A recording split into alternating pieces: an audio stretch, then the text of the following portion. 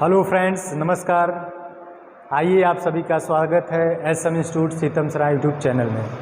दोस्तों, आज हम आपको बताएंगे कि जो राजभाषा है, जिसको हम राष्ट्रीय भाषा बोलते हैं, वो भाग 17 में है और वो हमारी हिंदी भाषा है। हिंदी भाषा में जो लिपि है वो देवनागरी लिपि है और 14 सितंबर को हिंदी दिवस मनाते हैं। तो हिंदी दिवस के संध्या पर हम आपको हिंदी दिवस की शुभकामनाएं भी देते हैं।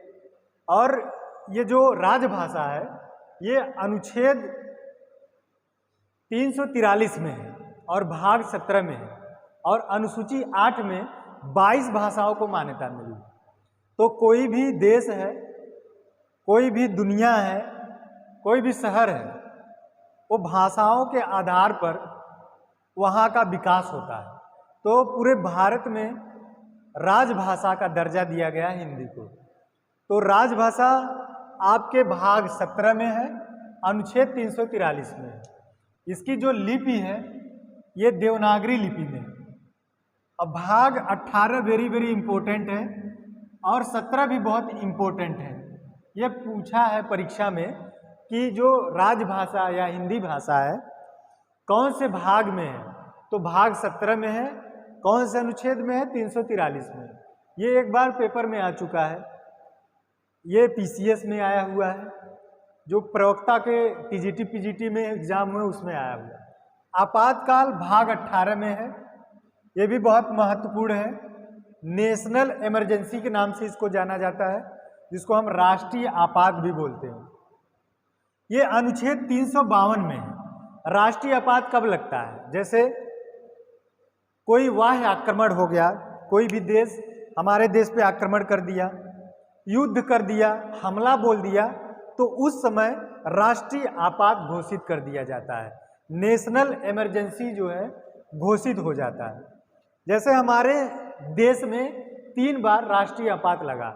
एक बार 1962 में जब भारत और चीन का युद्ध हुआ था, उस समय जो है राष्ट्रीय आपात लगा था, मतलब राष्ट्रीय आपात। दूसरा 1971 में भारत पाकिस्तान का जब युद्ध हुआ तब जो है नेशनल इमरजेंसी लगाई गई थी। इसके बाद 1975 में भारत और बांग्लादेश के में जब युद्ध हुआ था तब। इसके बाद आते हैं 356, ये भी बहुत इम्पोर्टेंट है, पेपर में पूछा है। 356 है राष्ट्रपति शासन। अनुच्छेद 356 राष्ट्रपति शासन। राष्ट्रपति शासन कब लगता है? जब संवैधानिक तंत्र फेल हो जाते हैं। जैसे अफरा तफरी मच जाए, कानून नियम कोई उल्लंघन होने लगे, मर्डर हो, हत्या हो और दंगा हो जाए, रॉयट्स हो जाए, ये सब चीज़ें सरकार के कंट्रोल में ना आए, स्टेट गवर्नमेंट के, तब उस समय जो है राष्ट्रपति शासन लगता है अनुच्छेद 356 के तहत। तो ये संवैधानिक तंत्र फेल होने पर राष्ट्रपति शासन लगता है। ये बहुत ही इम्पोर्टेंट है एग्जाम के दृष्टि से। इसके बाद आता है अनुच्छेद 360, इसका है वित्तीय आपात। वित्तीय आपात मतलब जो भारतीय रिजर्व बैंक है या भारत की जितने भी धन दौलत है, पैसे वगैरह हैं, कम हो जाए, आपात आ जाए, वित्तीय का पैसा सब खत्म हो जाए, तो उस समय वित्तीय आपात उससे कहा जाता है अनुच्छेद 360 में। तो मेरे दोस्तों, मेरे स्टूडेंट्स और मेरे भारत के जवान, जो आप लोग तैयारी कर रहे हैं, खूब मेहनत से तैयारी करिए। कोई कुछ कह रहा है कहने दीजिए, किसी की परवाह नहीं करिए। Don't care anybody, you have to focus only your goal, only your target. जब अपने टारगेट पे आप निशाना साधे रहेंगे तो आप जरूर सफल होंगे। तो आपको क्या करना है? अपने गोल को डेली देखना है कि आप कहाँ तक पहुँचे हैं।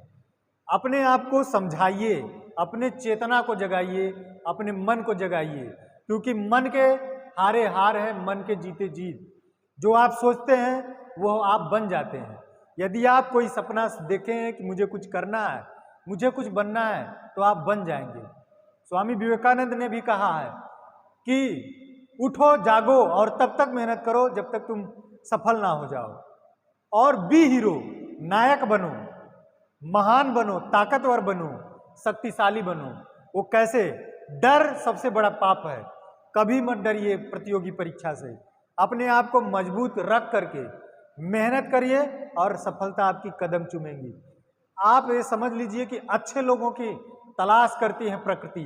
भगवान जिसको आप बोलते हैं भगवान, वो प्रकृति आपका इंतजार कर रहे हैं कि कब अच्छे लोग आएंगे। तो मेरे friends, I hope that you can do best and you can practice about this constitution article and part.